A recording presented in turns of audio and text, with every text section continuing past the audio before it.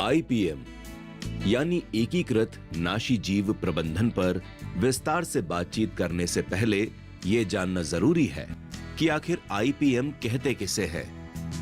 नाशी जीव यानी हानिकारक जीव नियंत्रण की सभी विधियों को सम्मिलित रूप से उपयोग करके नाशी जीवों को आर्थिक हानि स्तर के नीचे रखने को एकीकृत नाशी जीव प्रबंधन कहते हैं। आसान शब्दों में कहें तो एकीकृत नाशी जीव प्रबंधन प्रणाली में हम कई तरह की क्रियाओं का समन्वय करके फसलों में लगने वाले कीटों और रोगों का प्रबंधन करते हैं। लेकिन समझने वाली बात यह है कि आखिर एकीकृत नाशी जीव प्रबंधन की जरूरत पड़ी ही क्यों।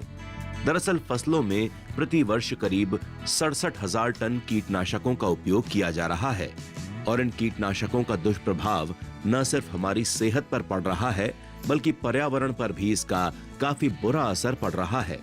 इतना ही नहीं, पर्यावरण में मौजूद हमारी फसलों के लिए जरूरी मित्र कीटों पर भी इसका काफी दुष्प्रभाव पड़ रहा है। मिट्टी भी इससे प्रभावित हो रही है। ऐसे में इन सभी दुष्प्रभावों से बचने के लिए एकीकृत नाशी जीव प्रबंधन को अपनाना जरूरी हो गया।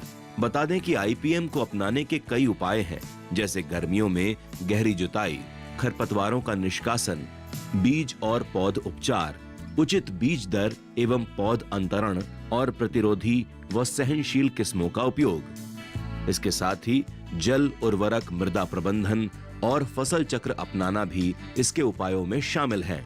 फायदों की बात करें तो आईपीएम को अपनाने के बहुत से फायदे हैं। इससे पर्यावरण दूषित होने से बचेगा। सामुदायिक स्वास्थ्य के लिए ये लाभकारी है। कीटनाशकों के उपयोग से जल, वायु और भूमि में होने वाले प्रदूषण को कम करता है और कृषि लागत मूल्यों को भी कम करता है।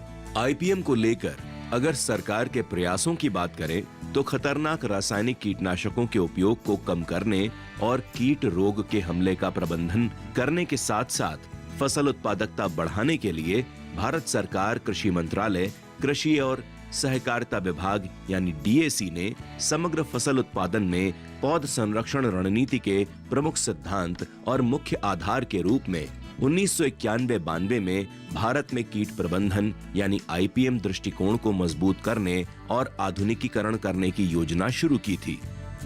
12वीं पंचवर्षीय योजना के ईएफसी मेमो में कृषि विस्तार एवं प्रौद्योगिकी पर राष्ट्रीय मिशन यानी NMAET का गठन किया गया था, जिसके अंतर्गत वर्ष 2014-15 से पौध संरक्षण एवं पौध संगरोध पर उप मिशन शुरू किया गया।